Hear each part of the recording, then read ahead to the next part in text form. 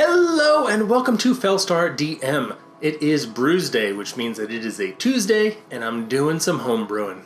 A couple days ago, I put out a short saying that if you had an idea for some homebrew that you wanted to be made into a bit of reality, leave it in a comment below. Well, I got a really interesting idea here, and after toying around with it, I felt like it was going to be more of a build, but decided that I think we could really turn it into an actual homebrew. So, we got a request for a bard who is tone deaf, but tries to actually play, but every time he fails, it damages everyone but himself because tone deaf. But if he gets it right, somehow it heals everyone. But that legit means everyone, including the enemy. He can't get healed by this because, again, tone deaf, and no one can tell if he's bad or at it or not. So, I read this, went, well, I mean, that can just be like a flavor version of a bard, College of Eloquence, College of Lore, something like that. So with that, we can look up amusia, which is medical tone deafness. It means that you can't pick up pitch, and you can either be born with it, or you can pick it up over time from a handful of different things. There's a lot of interesting bits on here, but I thought it was really interesting, so I went ahead and said, you know what? This screams wild magic sorcerer to me. So how do we take the idea of being a wild magic sorcerer and turn it into a bard? Well, here's what I came up with. We made the College of Amusia, and bards get things at 3rd, 6th, and 14th level. The 3rd is usually some kind of proficiency, if that's what the focus is going to be on, and some other way to use their bardic inspiration die. If you look at Valor bards or Swords bards, they can do things with weapon flourishes or adding it to AC and stuff like that. I went a slightly different route because this is supposed to be a bard who's really not good at being a bard. So I gave them the ability of Cacophony. When you join the College of Amusia at 3rd level, you have tenuous control over your abilities. Basically, whenever you are going to cast a spell 1st level or higher, you're also going to roll a d20 alongside of that. And if you hit either end of the spectrum, a 20 or a 1, then something happens as you just emit a pulse of magic. It could be really good, it could be really bad. But regardless of whether or not creatures within 30 feet of you are friendly or not, they're all going to have the result of this ability go off. So if you roll a 1, everybody has to make a wisdom save against your spell save DC, or take thunder damage equal to a roll of your bardic inspiration die, which means that it's going to start off at a d6 and go all the way up to a d12 as you progress through your career. This is going to kind of just give you something very similar to the cleric, bonus action attack a number of wisdom modifier times whenever you cast a spell. Or, well, I think it's war wizard as well, but basically it's going to be the same style as getting a weapon attack as your bonus action for when you cast a spell. I made it a little bit more automatic because someone who doesn't have great control over their magic or the ability to play magic and recognize pitch isn't going to have a whole lot of control, so this is going to happen about 10% of the time when you cast a spell 1st level or higher. If you roll a 20 on the die, you're going to heal for that bardic inspiration die. Regardless of if the creatures are friendly or not, you're going to heal the enemies, you're going to heal your allies. Realistically, this heal to your allies shouldn't be that big of a deal. At most, it's going to be 12 hit points. Your marshals and your other spellcasters are going to be doing way more damage than you're going to be healing in this regard. But it could be a nice little thing to, include as you're going through.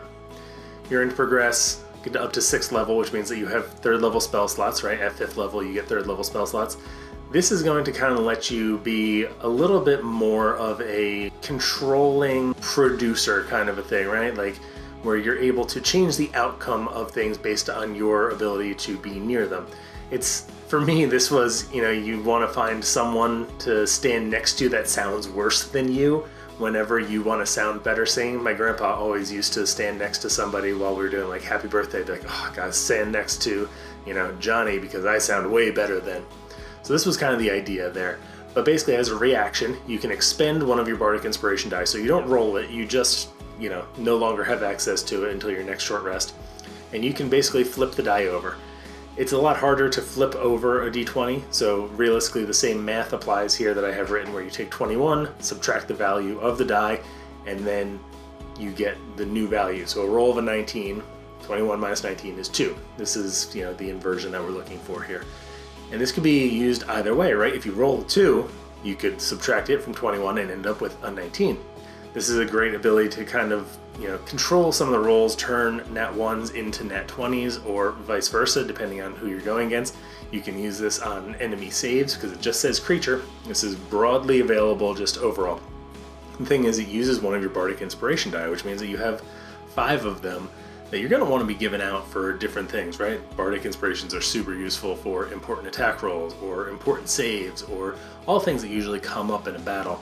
I think you kind of want to hang on to one of these in your pocket and just be able to use it whenever, the need arises to really, that paladin missed on a nat 1, but now they have the ability to crit and smite crit on top of that just because you were near them. They sound better from being near you.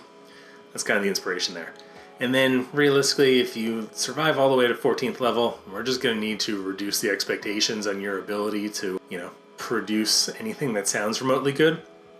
It lets you use your minor key on those cacophony rolls, right? So when you roll that d20 and it would be thunder damage, and you realize that it would be a lot better if we healed everybody, you can basically flip that die over and turn it to the opposite. Or vice versa, right? You roll the heal, but like the enemy is on death's door, and it would be more beneficial to roll that Bardic die and have it come up as a little bit of thunder damage instead of healing your allies. So it kind of gives you the ability to use that minor key and change the 3rd level feature into something more useful. Additionally, whenever one of those goes off, your allies have kind of gotten used to your inability to do things, so you're going to either maximize the healing, so whatever the Bardic die is at that point, you're going to do that, or they are halved for the thunder damage. I don't think there would be anything broken of having that thunder damage removed from allies. I just wanted to be a little bit fair here, and I think that's kind of the best way to go about it. So that was my attempt at homebrewing a tone-deaf bard college. Doesn't really make a lot of sense to me, but I think we came up with something pretty cool. So if you have any ideas for homebrew that you want to see made into the game, I'm going to go through and give you the logic of it, how I got there, see if we can adjust the flavor. It's going to probably come out a little hot or a little cold based on balance, but I think it's going to be in a good spot for you to kind of take as an initial draft. And I'm talking classes, subclasses, items, feats, you name it, I'm happy to try and write it up. Classes take a lot longer though, so be prepared for that one to take a little bit longer. Other than that, thank you for joining me on this video. I hope that this was an interesting idea, and if you have other ideas, I'm happy to go ahead and try to put them together for you. Other than that, hope you enjoy your day and keep on rolling those dice.